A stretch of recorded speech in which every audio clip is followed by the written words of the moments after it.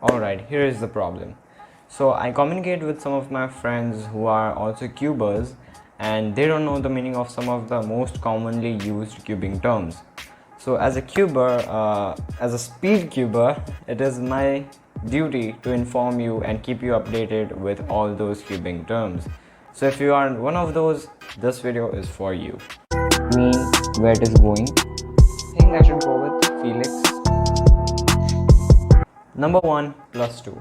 So you generally see this kind of plus mark on the times, which actually means that your actual time in which you solved the cube was 2 seconds less than what it is showing right now. Why do they increase your time by 2 seconds? So what happens is you start the timer, you solve the cube, and you stop the timer at this point.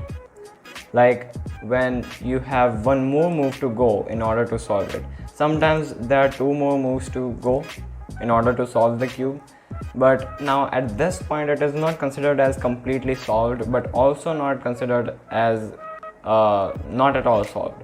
So they add 2 seconds to your actual time. So that's quite frustrating to most of the speed cubers. On number 2, we have DNF. So we see DNF a lot. So what does DNF mean? So this thing is considered as did not finish.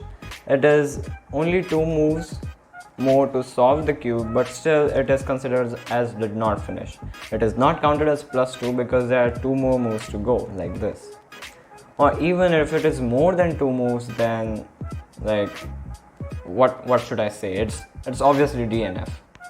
So that's why it is told that to time your solves with a stack mat timer, which let me show you how it looks.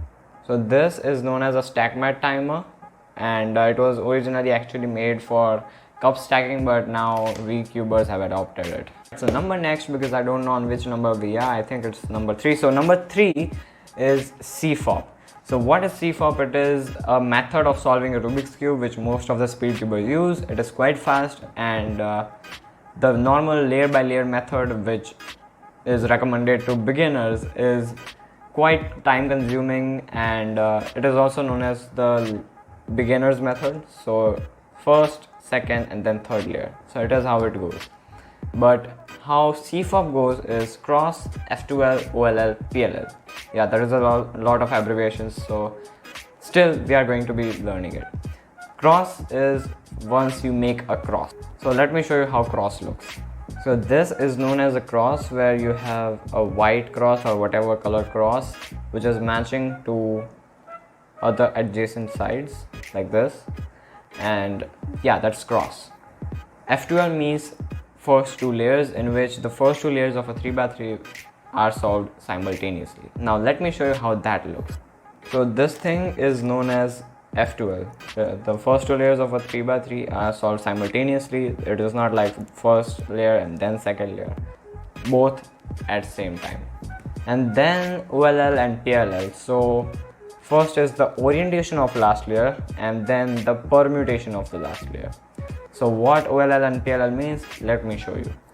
So this thing is known as OLL. So you first solve the complete yellow or whatever the top color is, and then by applying an algorithm you can solve the entire cube. So that was PLL, OLL and PLL. So I hope that's clear what CFOP is.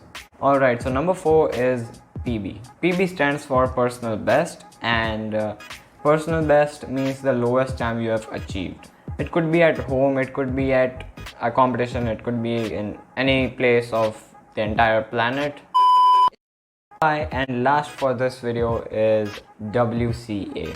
It stands for World Cube Association, and like in cricket we have ICC, and the same way we are having WCA, which is World Cube Association for the entire world.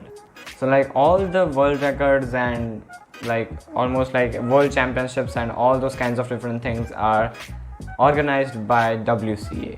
More of these coming up soon in my channel, so do make sure to like this video, share it with your friends, do subscribe to the channel, and I will see you guys in the next one.